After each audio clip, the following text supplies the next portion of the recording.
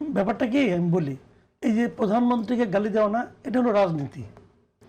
যে যে কোনো কিছু ঘটুক ওনাকে আমি গালি দিব, দিলে পরে আমি পলিটিক্যালি আমি এক কদম অগ্রসর হতে পারবো। এটা হলো এক ধরনের মানসিকতা। এই ঘটনাগুলো ঘটে কি, যে বলা হয় না, একটা কথা খুব প্রচলিত, কিন্তু সব দলের লিডার একটা কথা বলেন যে অপরাধী যে দলেরই হোক না কেন তাকে সাজা পেতে হবে। এটা হলো গিয়ে আমাদের দেশে রাজনৈতিক নেতৃবৃন্দের কণ্ঠে উচ্চারিত সবচেয়ে কমন মিথ্যা কথা। উনি এটা মিন করেন না, উনি এটা বলার জন্য বলেন, এবং ওনার দলের লোক হলে উনি তাকে ছাড়ানোর জন্য হয় প্রত্যক্ষ অথবা পরোক্ষভাবে প্রভাব বিস্তার করেন ওনাকে মুক্ত করার জন্য। একটাই যোগ্যতা, সে আমার দলের লোক। আপনি ভাবেন 2024-এর আগে প্রত্যেকটা থানায় সবচেয়ে প্রভাবশালী ব্যক্তি কে ছিল? ওই এলাকার যুবলীগ অথবা স্বেচ্ছাসেবক লীগ অথবা ছাত্রলীগ অথবা আওয়ামী লীগের কোনো না কোনো নেতা। তো সেই নেতাগুলি কি এখন ওই থানায় যে ওই প্রভাবটা বিস্তার করতে পারবে? পারবে না। তো তারা তো 17 বছর প্রভাবটা বিস্তার করছে, তো এখন পারবে না কেন? পারবে না এই কারণে দলটা এখন ক্ষমতায় নাই। তার মানে যে দল ক্ষমতায় থাকে সেই দলের লোকজন পারে প্রভাব বিস্তার করতে। আচ্ছা, পারে কেন? পারে হলো দুটো কারণে। একটা কারণ হলো তার ক্ষমতাটাকে যদি ওই প্রশাসন অথবা পুলিশ যদি সে ক্ষমতাটাকে ইগনোর করে, তাহলে পুলিশ বিপদে পড়ে। যেমন ইয়ের আমলে, আপনার কি বলে, আমাদের অন্তর্বর্তী সরকারের আমলে এই স্টুডেন্ট নামধারী কিছু লোকজন যেত, যে পায়ের উপরে পা তুলে হুমকি দিত, ওটা পুড়িয়ে দিয়েছি, ওকে জ্বালিয়ে মেরেছি। তারপরে কোনো পুলিশ হয়তো আত্মসম্মান রক্ষার জন্য তাকে অ্যারেস্ট করলে মধ্যরাত তারপর কোর্ট বসে তার জামিন হয়ে যেত। কিন্তু ওটা কি এখন হবে? ওই পুলা এখন পারবে? পারবে না। কেন পারবে না? কারণ তার যে প্রশ্রয়দাতা, তার যে মাথার উপরে যে হাতটা ছিল, সে হাতটা এখন সরে গেছে। এখন কোন একজন ওই ছাত্র প্রতিনিধি যে বলতে পারবে? পারবে না। তো তখন তো পেরেছে। তার মানে পরিবর্তনটা হয়েছে কোথায়? মাথায়। কিন্তু মাথায় পরিবর্তন হলে সঙ্গে সঙ্গে সারা দেহ সেই অনুযায়ী আচরণ করতে থাকে। তো এখন এটা কি মনে ঘটে? এখন আমি বলবো যে আমাদের বর্তমান যিনি আথার সর্বোচ্চ জায়গায় যিনি আছেন, তারেক রহমান, উনি কি এটাকে করতেছেন? বুঝলেন? উনি করতেছেন কিনা এটা এখনো কেউ জানে না।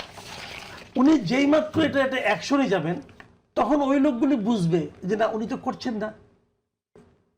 ওরা কিন্তু ভাবছে যে আগে যেমন ওরা করতো, আমি এখন এরকম ভাবে করলে আমি এই আমাদের মানে মানে নেতৃবৃন্দ, আমরা তাদের কাছ থেকে একই ধরনের প্রশ্রয় পাবো।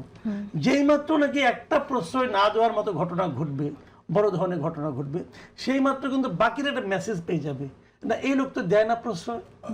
তাহলে কিন্তু পরিবর্তনটা মাথার থেকে আসতে হবে।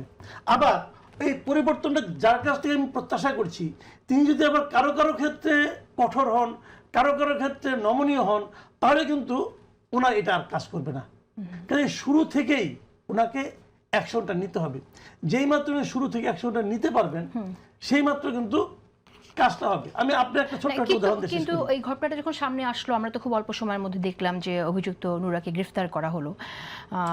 সো অ্যাকশন দ্রুত নেওয়া হয়েছে, কিন্তু তারপরও এই যে আপনার ট্যাগিং, এটাকে আপনি ট্যাগিং তো চলতেই থাকবে, কারণ তারা তো এখনো জানছে না যে ট্যাগিং এর কাজ হবে কিনা। তারা তো ট্রাই করে যাবে, কারণ এতে তো তাদের পলিটিক্যাল বেনিফিট আছে, তারা ওভাবে এটা চিন্তা করবে। কিন্তু কিছু লোক তো সবসময় থাকবে। ধরুন আপনি দেখবেন, আপনি যখন গলি দিয়ে হাঁটবেন না, ওই যে একটা কথা আছে গ্রাম প্রবাদ, গলির কুকুর। গলির কুকুর কি জানেন? ও কিন্তু ওর গলিতে বাঘ, দূরে কিছু না। আপনি যখন ওর গলির থেকে বেরিয়ে আসবে, সে দূরের থেকে ঘেউ ঘেউ করবে, সে কিন্তু আপনার কাজ পর্যন্ত আসবে না। তো আমাদের তো গলির বাইরে কিছু কুকুর আছে, তারা ওই গলির কুকুর, সেখান থেকে ঘেউ ঘেউ করতে থাকবে, আপনি ঘেউ ঘেউ শুনবেন। এখন যদি ওই ঘেউ ঘেউ শুনে আপনি আবার বিচলিত হন, তাহলে আবার হবে না। আচ্ছা, আমাদের গণতান্ত্রিক সৌন্দর্য নষ্ট করবে কিনা সেটা হচ্ছে প্রশ্ন। তাসতুফা জাবিন, আমরা শুরুতেই বলছিলাম যে আজকে যে অনুষ্ঠান হলো, আপনার দল, আপনি হয়তো সেই দলে ফিরেও যাবেন যে কোনো সময়, বা না গেলেও আপনার তো একটা টান আছেই। এনসিপিতে আপনি শুরু থেকে ছিলেন, সেখানে আজকে যে ইফতার প্রতিষ্ঠাবার্ষিকী অনুষ্ঠানে সেখানে গেছেন, প্রধানমন্ত্রী গেছেন। কিন্তু যেভাবে অ্যাটাক করে কথা বলা হয় কোনো রকম কারণ ছাড়া, যেটাকে আসলে কামাল তো বললেনই একভাবে, তো এটা চলতে থাকলে তো সেই সৌহার্দ্য সৌহার্দ্যতাটাও হারিয়ে যাবে। আসল সমস্যা আমরা কি এর মধ্যে দিয়ে নিরসন করতে পারবো? এই যে পলিটিসাইজ করা হয় কোনো একটা ঘটনাকে, এর মধ্যে থেকে কিভাবে বের হওয়া যায়? প্রোগ্রামের আগে মাসুদ ভাইয়ের সাথে এটা নিয়ে আলোচনা হচ্ছিল যে আমি ফিরে যাচ্ছি এনসিপিতে, এরকম বেশ কিছু নিউজ হয়েছে। আপনি তো অন্তর্যামী, টান আছে এটাও বলে দিচ্ছেন। আসলে এরকম কোনো কিছু সেটা থাকার কথা না? অবশ্যই আজকে feeling টা ফেব্রুয়ারি থাকারই কথা, 1 বছর হয়েছে। হ্যাঁ, এটা আসলে ডেফিনেটলি আমি রাজনীতি শুরু করেছি এই দল দিয়ে। এটা আমি একটা ফাউন্ডার মেম্বার ছিলাম একজন, এবং এর আগেও আমি অন এয়ারে বলেছি যে এটা আমাদের সন্তানের মতো আমরা যারা ছেড়ে এসেছে। এটা আমার শুধু একার না, প্রত্যেকেরই এই ফিলিংটা আছে। সো এটাকে এক সাইডে রেখে সৌহার্দ্যের কথা যেটা আমি বলি, আমার মনে হয় 5 আগস্টের পরে সেটা অনেকটা চেঞ্জ হয়েছে, সেই প্যারাডিমটা অনেক চেঞ্জ হয়েছে। এটা আমরা চারজনই কিন্তু আরও বেশি মনে হয়, যেহেতু আমরা বিভিন্ন জায়গায় কথা বলি বা আপনার বিভিন্ন মানুষের সাথে আমরা যখন সভা, সেমিনার, সিম্পোজিয়ামে দেখা হয়, কথাবার্তার মধ্যেও কিন্তু বোঝা যায়।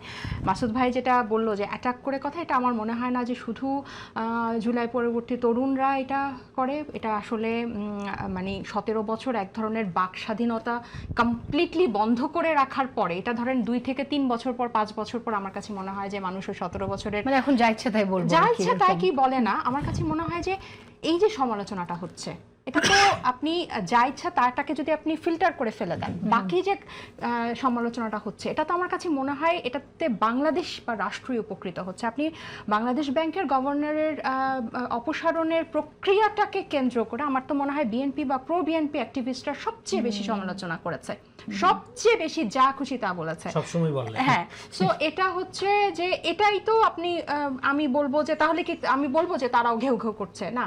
সো এই যে এখন সবাই কথা বলছে, একজন তো বলেছে যে আমি জিয়া ভাই সম্ভবত উনি লিখেছেন যে আই এম সরি বিএনপি, আগুন নিয়ে খেলা যায়, বাংলাদেশ ব্যাংকের গভর্নর নিয়ে খেলা উচিত না। সো মানুষজন তো এভাবে লিখছে, সরাসরি বলছে কথাটা। এটা কেন? এই 5 আগস্টের যে একটা পরিবর্তন হয়েছে, আপনি এই ধরনের উস্কানিমূলক বা টিপ্পনি কেটে আমরা যেসব কথা বলি, এটাকে যদি আমি এক সাইডে রাখি, বাকি যে কথাগুলো হচ্ছে বা যে সমালোচনাটা হচ্ছে, সেটা যে কোনো গভর্নমেন্টকে চাপে রাখবে। আরেকটা উদাহরণ আমি সেদিনও দিয়েছিলাম আরেকটা চ্যানেলে, যে যেভাবে প্রধানমন্ত্রীর মেয়েকে অ্যাটাক করা হয়েছে, সাইবার বুলিং করা হয়েছে, সব ধরনের মানুষ ওই ঘেউ ঘেউর উপরে উঠে গিয়ে কিন্তু স্ট্যান্ড নিয়েছে যে তুমি এটা করতে পারবে না। আমরা তার কনস্ট্রাকটিভ ক্রিটিসিজম করতে পারবো, তার পলিটিক্সের, তার পলিসির আমরা সমালোচনা করতে পারবো, বাট তাকে আমরা সমালোচনা করতে পারবো না।